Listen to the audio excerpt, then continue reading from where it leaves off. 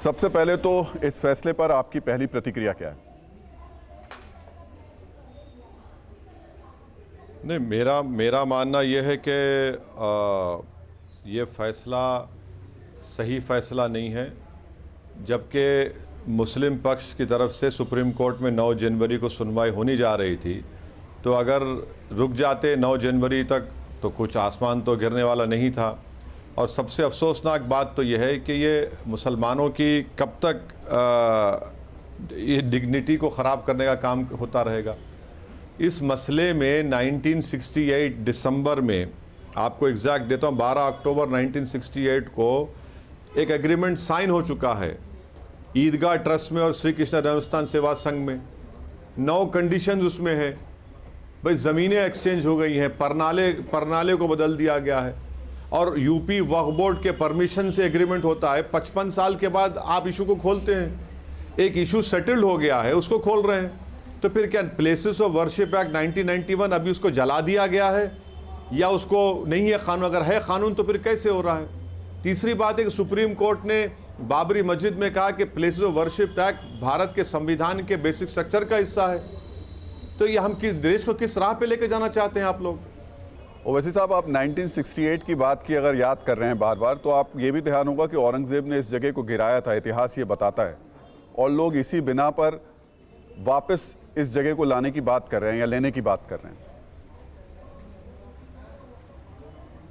एक काम करिए, औरंगजेब रहमतुल्लाह अलैह को बुलाकर बात कर लीजिए। मैं औरंगजेब का नुमाइंदा नहीं हूं। जब औरंगजेब थे, जब क्या बाबा साहब अम्बेडकर बनाया संविधान था क्या? जब बादशाह थे, तलवार से हुकूमत चलती थी, चाहे किसी बादशाह, कोई बादशाह किसी मजहब का हो, संविधान तो नहीं था ना। राइट टू इक्वालिटी तो कब मिला आपको, हमारे को? पार्लियामेंट था क्या? जब पार्लियामेंट नहीं था जब। तो ये तो आप मानते हैं ना कि उस वक्त में औरंगजेब ने इस जगह को गिराया, और आज लोग उसी संविधान, उसी कानून के जरिए अदालत में अप्रोच कर रहे हैं।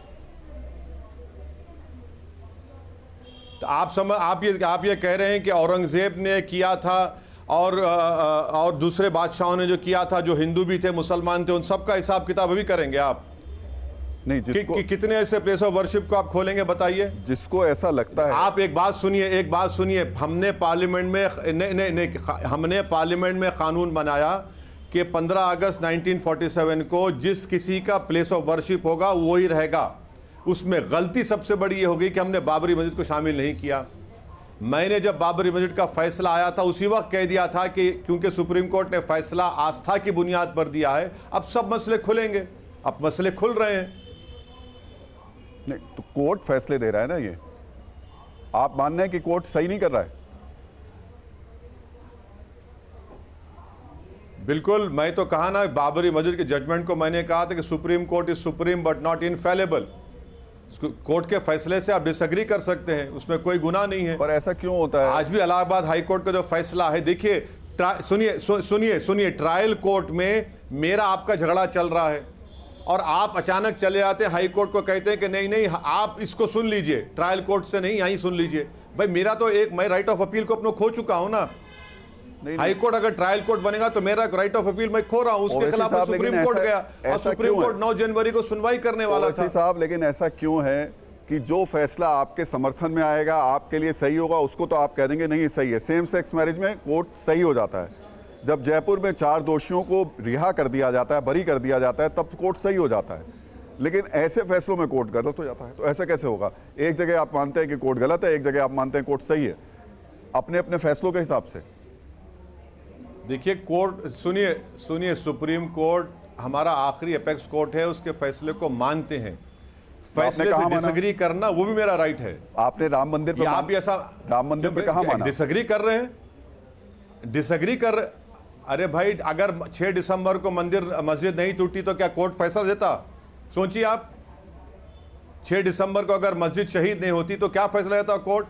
अगर 1948-49 में चोरों की तरह अगर मस्जिद में मूर्तियां नहीं रखी जाती तो कोर्ट क्या फैसला लेता? राजीव गांधी के ज़माने में अगर बगैर मुस्लिम पक्ष को बुलाए ताले खोल दिए जाते और 25 पेज का ऑर्डर बगैर कंप्यूटर के टाइपराइटर पर 6 मिनट में दिया जाता तो क्या फैसला आता? अब असदुद्दीन ओवैसी क्या करेंगे इस मामले में? आपके सामने आए, बोलेंगे, अपनी बात पूरी देश के सामने बोलेंगे। जो हम कर सकते जमहूरियत के दायरे में करते आए और करते रहेंगे। आज का जो फैसला आया, मैं इसको मानता हूं कि जल्दबाजी में फैसला ले लिया गया है। अब देखिए सुप्रीम कोर्ट में क्या होता है। ये लोग, मुस्लिम पक्ष सुप्रीम कोर्ट को जाएगा।